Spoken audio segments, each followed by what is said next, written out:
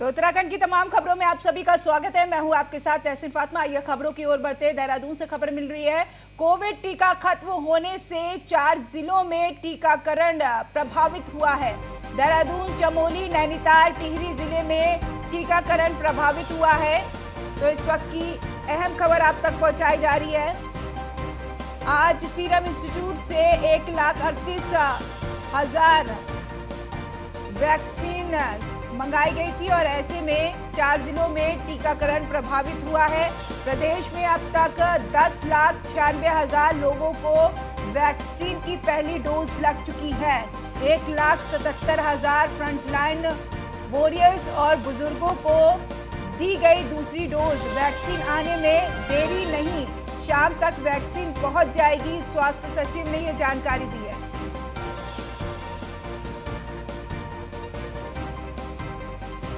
Faheem, resident editor, phone line पर जुड़ गए जानकारी के साथ। क्या कुछ जानकारी है फहीम? देखिए, कोरोना की वैक्सीन लगातार वैक्सीन किया जा रहा है और जैसे कि अभी आपने डेटा बताया दर्शकों को, उत्तराखंड का 10 लाख से ज्यादा वैक्सीनेशन हो चुका है, जिसमें 1.5 लाख से ज्यादा 2 डोज भी लग चुके हैं, यानी कंप्लीट हो चुका है वैक्सीनेशन। तो इस तरीके से देखें तो राज्य सरकार वैक्सीनेशन को लेकर के जो प्लानिंग लगातार बढ़ाए जाने की है वो की जा रही है। और 45 वर्ष से ज्यादा की एज के जो अलग अलग सेक्टर्स के लोग हैं उनको भी वैक्सीनेशन किया जा रहा है। तो लेकिन क्योंकि वैक्सीनेशन बढ़ रहा है तो जाहिर सी बात है डिमांड भी उसके तौर पर बढ़ रही है। तो अब वैक्सीनेशन अभी खत्म हुई 4 जिलों में, कुछ हिस्सों में तो वो प्रभावित हुआ वैक्सीनेशन, लेकिन सीरम इंस्टीट्यूट को बोल दिया गया है और बहुत जल्द यानी करते हुए फहीम, कब तक वैक्सीन पहुंच जाएगी? क्योंकि नियम अनुसार जब पहली डोज दी जाती है तो उसकी दूसरी डोज की तारीख रखी जाती है, तो ऐसे में सही समय पर वैक्सीन आ जाए, इसके लिए क्या प्रयास? देखिए, सही समय पर वैक्सीन पहुंच जाएगी। आज शाम तक वैक्सीन पहुंचने की संभावना है और सीरम इंस्टीट्यूट ने उत्तराखंड सरकार को आश्वस्त किया है कि पहुंच जाएगी। तो जो वो बात है कि डबल डोज देने का समय ऐसा किसी का नहीं निकल रहा है, यानी दूसरी डोज निर्धारित समय पर लोगों को लगेगी और ज्यादा केवल 4 जिलों के कुछ हिस्सों में वैक्सीन समाप्त हुई है। लेकिन जिला प्रभावित क्यों हुआ? क्या इससे पहले जानकारी नहीं थी कि वैक्सीन की जरूरत पड़ सकती है, क्योंकि टीका अभियान चल रहा है? देखिए, वैक्सीन जिस तरीके से देश भर में जरूरत हो रही है तो उसमें वैक्सीन पहुंचने में थोड़ी देर सवेर हो रही है और ज्यादा प्रभावित क्षेत्र नहीं है। 4 जिलों के कुछ हिस्से प्रभावित है जो हुए हैं पिछले 24 घंटे से अगर देखते हैं। तो आज शाम तक वहां पहुंच जाएगी। यानी डॉक्टर्स ने और राज्य सरकार ने भी, सीरम इंस्टीट्यूट ने और राज्य सरकार ने दोनों ने आपस में तालमेल से यह आश्वस्त किया है कि किसी तरीके की कोई दिक्कत नहीं होगी और शाम तक पहुंच जाएगी।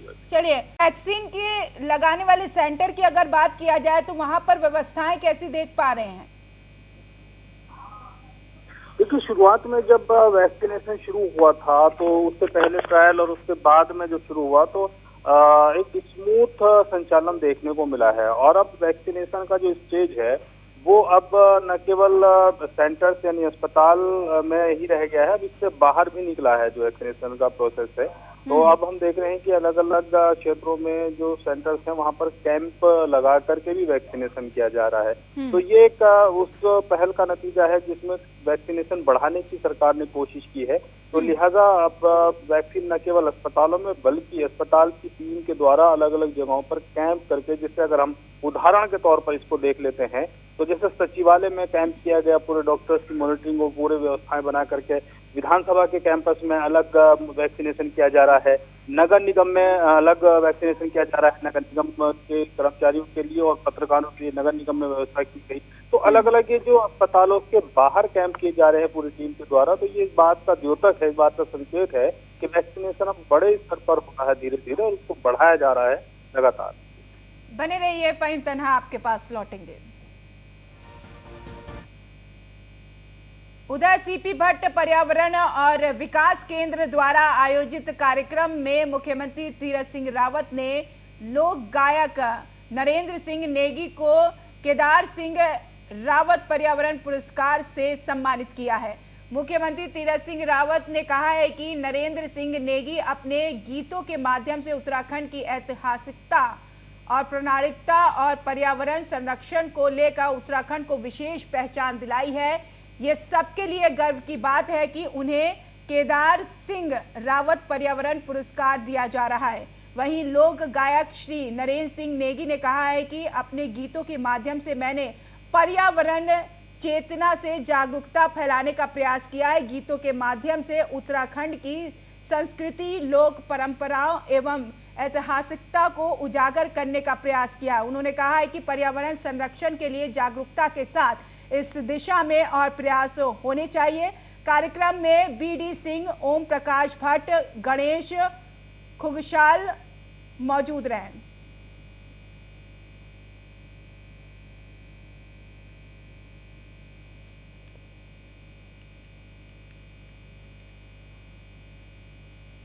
बढ़ेंगे आगे। देहरादून की बात एक बार फिर, कोरोना पॉजिटिव पूर्व सीएम हरीश रावत के स्वास्थ्य में सुधार। हरीश रावत को आईसीयू से जनरल वार्ड शिफ्ट किया गया है। दिल्ली के एम्स अस्पताल में हरीश रावत का इलाज चल रहा था। हरीश रावत की पत्नी रेणुका रावत ने कोरोना ने जंग जीती और ऐसे में अब ठीक हो चुके हैं। ठीक होने के बाद अस्पताल से डिस्चार्ज कर दिए गए हैं और ऐसे में हरीश रावत के ठीक होकर जल्द घर लौटने की संभावना जताई है। फहीम तन्हा इस खबर पर जुड़े हैं जानकारी के साथ। फहीम, अब कैसी तबीयत बताई जा रही है हरीश रावत की? देखिए, हरीश रावत काफी क्रिटिकल कंडीशन में पहुंच गए थे, आईसीयू में रहे और एम्स में उनका इलाज चल रहा है। तो अभी जो ताज़ा खबर है, उनकी सेहत में बहुत तेजी के साथ सुधार हो रहा है। आईसीयू से निकालकर उनको रूम में अब शिफ्ट कर दिया गया है। हालांकि अभी उनका ट्रीटमेंट कुछ दिन चलेगा और की फाइनल नेगेटिव रिपोर्ट आने की और बाकी चीज क्योंकि कोरोना जब हुआ उनको तो उससे पहले ही वो एक तो शुगर पेशेंट हैं, दूसरा हाइपरटेंशन के पेशेंट हैं, तो लिहाजा उनकी तबीयत ज्यादा गड़बड़ हो गई थी। उनको सांस लेने में कंजेशन ज्यादा था, तो लिहाजा इसलिए उनको देहरादून से एम्स शिफ्ट किया गया था। तो अभी जो बताया जा रहा है उनके हेल्थ बुलेटिन के अनुसार उनके सेहत में बहुत तेजी के साथ सुधार है और बहुत जल्द उम्मीद की जा रही है कि वो स्वस्थ होकर के वापस देहरादून लौट आएंगे। क्या कुछ हेल्थ बुलेटिन जारी किया गया है? साथ ही साथ कब तक डिस्चार्ज कर दिए जाएंगे, कोई जानकारी? देखिए, तब तक तो समय निर्धारित नहीं है, लेकिन उनके जो जीपी जो स्टाफ वहाँ पर है उनका कहना है कि अगले 2 से 3 दिन में वो घर वापसी कर सकते हैं और उनकी हेल्थ अच्छी है। उनका जो चेस्ट कंजेशन था वो अब नहीं है और इसलिए उनको रूम में शिफ्ट किया गया है आईसीयू से निकालकर। तो चेस्ट में कंजेशन कम होने का मतलब एक सुधार का संकेत है और इसलिए उम्मीद की जा रही है कि बहुत जल्दी वो वापस लौट आए। और उनकी पत्नी रेणुका रावत की तबीयत कैसी है? जी फातिमा, उनकी पत्नी रेणुका रावत और परिवार के जो अन्य सदस्य हैं, उनकी पुत्री भी कोरोना पॉजिटिव थी, वो कोरोना नेगेटिव हो गए हैं और उनकी तबीयत में सुधार हो गया है और इसके लिए उनको डिस्चार्ज कर दिया गया है। लेकिन अभी वो अलग आइसोलेट होकर ही रहेंगे, यानी ज्यादा सार्वजनिक कार्यक्रमों में शामिल नहीं होंगे उनके परिवार के लोग भी। पर ये राहत की बात है कि वो कोरोना नेगेटिव हो गए, उनको डिस्चार्ज कर दिया। और साथ ही साथ देखिए, कोरोना बहुत ज्यादा हावी हो रहा है पहाड़ पे, उसके लिए कोई जरूरी कदम भी उठाया जा रहा है कि नहीं? बिल्कुल, देखिए, एक तरीके से कहें कि उत्तराखंड में कोरोना विस्फोट एक तरीके से हुआ है। अगर हम पिछले 24 घंटे की रिपोर्ट देखते हैं, 12 से 35 केसेस नए कोरोना पॉजिटिव के हैं। इसमें देहरादून, हरिद्वार मुख्य तौर पर, उधम सिंह नगर और नैनीताल, इन जनपदों में बड़ी तेजी के साथ कोरोना पॉजिटिव केसेस बढ़ रहे हैं। पर्वतीय जिलों में अगर हम बात करें तो बाकी के 9 पर्वतीय जिलों में उस तुलनात्मक रूप से उतनी गति नहीं है, लेकिन वहाँ भी केसेस आ रहे हैं। चिंता की बात है और एहतियातन, जैसे कि आप जानती हैं कि देहरादून से भी शुरुआत की गई है नाइट कर्फ्यू की और नाइट कर्फ्यू लगाया गया है। अब आने वाले दिनों में अगर यही स्थिति रही तो बहुत हद तक संभावना है कि बाकी जिलों में भी मुख्य तौर पर जहां कोरोना के केसेस बहुत तेजी के साथ बढ़े हैं, उनमें भी इसी तरीके की कुछ प्रतिबंध देखने को मिल सकते हैं और इसको लेकर के सरकार लगातार नजर बनाए हुए है। लेकिन इससे इनकार नहीं किया जा सकता कि आने वाले दिनों में अगर यही स्थिति रही तो बाकी राज्यों के दूसरे जिलों में, बड़े शहरों में भी नाइट कर्फ्यू। बिल्कुल, कोरोना की रोकथाम करना बहुत ज्यादा जरूरी है। शुक्रिया फहीम तन्हा तमाम जानकारी के लिए। ऋषिकेश से खबर मिल रही, चुनाव संपन्न होने के बाद मतदान स्थल में लगी आग। वोट देने गए व्यापारियों और चुनाव समिति के लोगों में हड़कंप मचा। नगर उद्योग व्यापार प्रतिनिधि मंडल का कराया जा रहा था मतदान। दमकल कर्मियों ने कड़ी मशक्कत के बाद आग पर काबू पाया। आग से कोई जान की हानि नहीं हुई है। मतदान के दस्तावेज भी सुरक्षित हैं। शॉर्ट सर्किट आग की वजह बताई जा रही है। आग से कोई जान हानि नहीं हुई है, लेकिन शॉर्ट सर्किट आग की वजह बताई जा रही है। तो अहम जानकारी आप तक पहुंचाई जा रही है। दरअसल मामला ये ऋषिकेश का है। चुनाव संपन्न होने के बाद मतदान स्थल में आग लग गई। वोट देने गए व्यापारी और चुनाव समिति के लोगों में हड़कंप मच गया। आग लगने से नगर उद्योग व्यापार प्रतिनिधि मंडल का कराया जा रहा था मतदान, और मतदान के बाद अचानक से शॉर्ट सर्किट से आग लग गई। दमकल कर्मियों ने कड़ी मशक्कत के बाद आग पर काबू पाया। आग से कोई जान की हानि नहीं हुई है, ये खबर सामने आ रही है। फिलहाल जरूरी दस्तावेज भी बच गए हैं।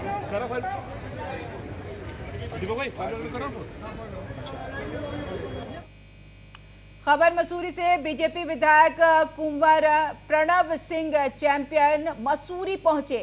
गणेश जोशी अपनी विधानसभा के चहुमुखी विकास करेंगे। त्रिवेंद्र सिंह रावत ने अपने कार्यकाल में कई महत्वपूर्ण निर्णय लिए हैं।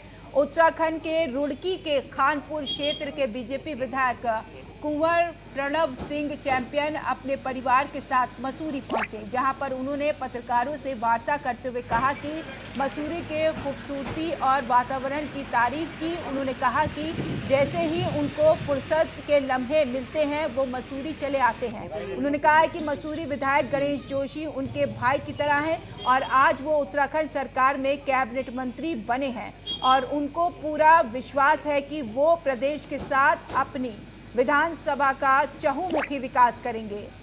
कुंवर प्रणव सिंह चैंपियन ने वर्तमान मुख्यमंत्री तीरथ सिंह रावत द्वारा पूर्व मुख्यमंत्री के फैसले को बदले जाने के सवाल पर कहा कि त्रिवेंद्र सिंह रावत ने अपने कार्यकाल में प्रदेश के विकास के लिए कई महत्वपूर्ण निर्णय लिए हैं। उन्होंने पहाड़ी राज्य होने पर गैरसैंण को ग्रीष्मकालीन राजधानी बनाया। भारी ठंड के बावजूद विधानसभा सत्र का आयोजन किया गया।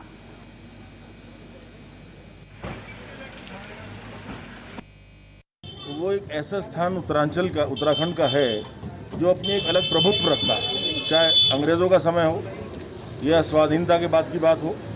जितनी सरकारें केंद्र में बनी, या मैं कहूँगा भारतवर्ष के बाहर से भी जो सैलानी यहाँ आते हैं वो कुछ अमिट यादगार यहाँ की लेके जाते हैं। खाली सैलानी बन के नहीं, यहाँ पे तीर्थाटन भी है, पर्यटन भी है।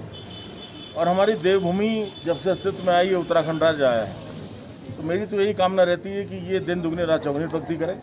आज मेरे भाई गणेश जोशी यहाँ से मंत्री बने हैं, जो विधायक हैं, और मेरा ये शुभकामनाएं साधुवाद उनको है कि वो मसूरी को। हरिद्वार से खबर मिल रही है। नेपाल नरेश ज्ञानेंद्र वीर विक्रम शाह ने लिया संतों का आशीर्वाद।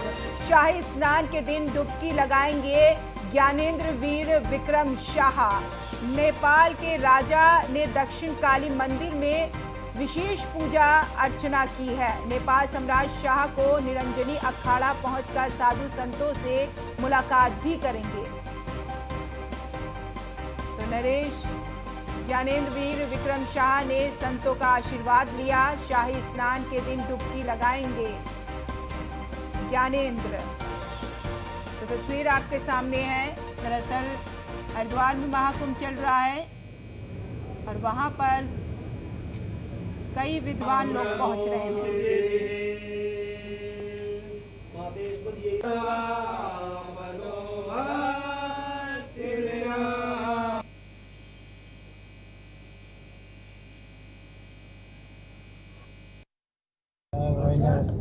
सर्वप्रथम मलाई यहाँ निम्तो दिनुभएको आचार्यजीहरूलाई म धेरै आभारी छु।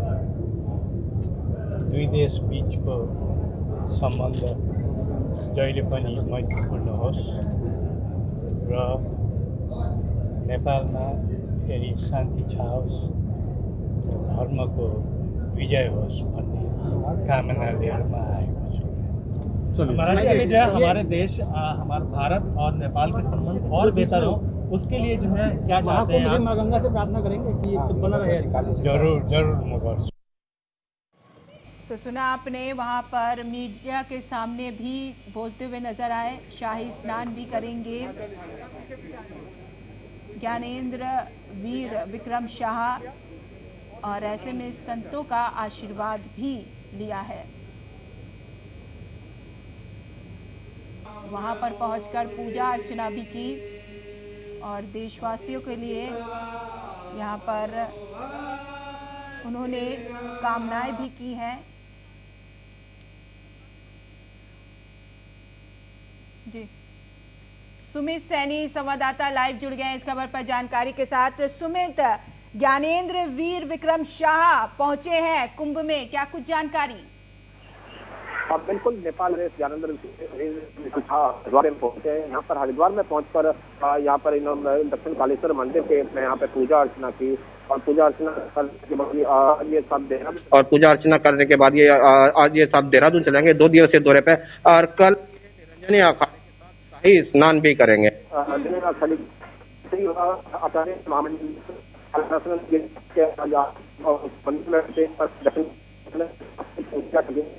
पूजा अर्चना की गई और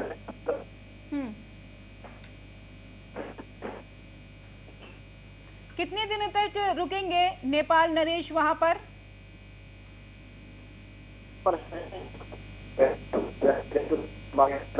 देहरादून चले जाएंगे। देहरादून के बाद में यहाँ पर कल फिर शाही स्नान में सम्मिलित होंगे और शाही स्नान ये निरंजनी अखाड़े के साथ ही ये शाही स्नान करेंगे। रथ पर उनकी पेशवाई में पेशवाई के साथ मिलकर यहाँ पर माँ गंगा में शाही स्नान किया जाएगा इनका कल निरंजनी अखाड़े के साथ मिलकर।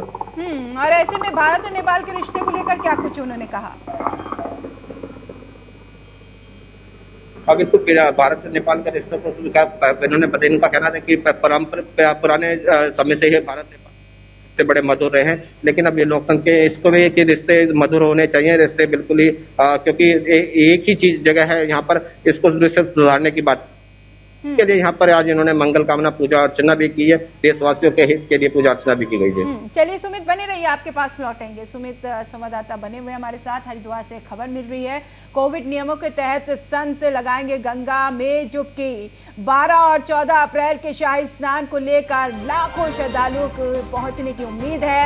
यातायात व्यवस्था बनाए रखने और भीड़ को नियंत्रित के लिए रूट प्लान जारी कर दिया गया है। भारी वाहनों की शहर में एंट्री बंद कर दी गई है।